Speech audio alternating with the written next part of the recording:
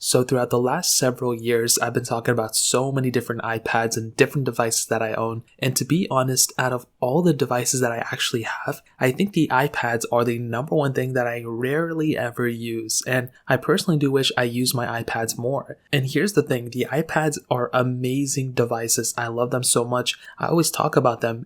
But every time Apple releases a new iPad, I'm always thinking to myself like, dude, I don't even use these iPads. It's so sad. Now I have one iPad, the iPad Pro, I think first generation, the 9.7 inch one that I pretty much use for small things. I just kind of have it there as like a secondary display almost. I have the iPad Pro 3rd generation that I typically don't even use that often, which is very sad. It's a very capable device, but I do think the main reason why I don't use the iPad is because I use my MacBook so much. I really only use my MacBook. I don't even use my iPhone that much, to be honest. These PCs, my Windows 11 PC now and this specific MacBook, are my main devices that I use, and I think that's the main reason why I don't use an iPad. But on top of that, a big thing about these iPads is that an iPad is a great alternative to a MacBook, I think.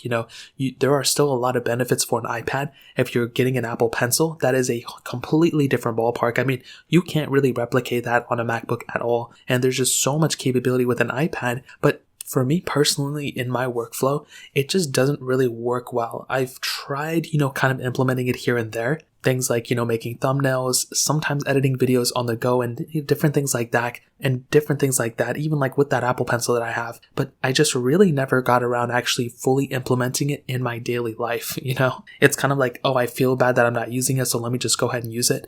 And that's really it, to be honest. But it's so sad because I see so many other people and other creators looking at their iPads and using them on an everyday basis. And they're actually able to fully, switch over from a Mac over to their iPads and, use those iPads on an everyday basis. But the tools that I use, things like Final Cut Pro, things like Photoshop, which is also on the iPads now, I feel like those apps are so solid in terms of a touchscreen interface. You could easily, use Final Cut Pro on a touchscreen, but I don't like those alternatives. I don't think iMovie has all the features that I want.